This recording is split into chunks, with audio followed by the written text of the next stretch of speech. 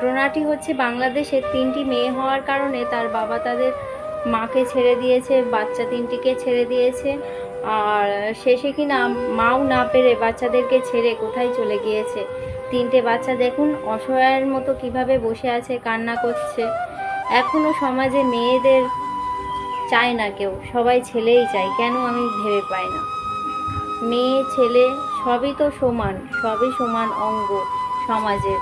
তো কেন এখনও এই ভেদভাব আছে জানি না। আমরা তো বড় হয়েছি আমাদের বাড়িতে ছেলেদের মতোই। কখনো আমার বাবা মা কোনো দিন ফিল করায়নি যে আমরা মেয়ে, আমরা এই পাবো না ওই পাবো না, ছেলে হলে পাবে কিংবা কিছু। আমরা তো 2 বোন, কিন্তু এখনও ওইরকম অনেক জায়গায় আছে। মেয়েদের আলাদা রকম টেক কেয়ার আর ছেলেদের আলাদা রকম।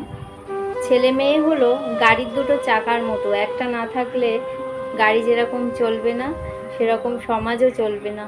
তো ছেলে মেয়েকে সমান ভালোবাসা উচিত। তোমাদের কি মনে হয় কমেন্ট করে জানিও।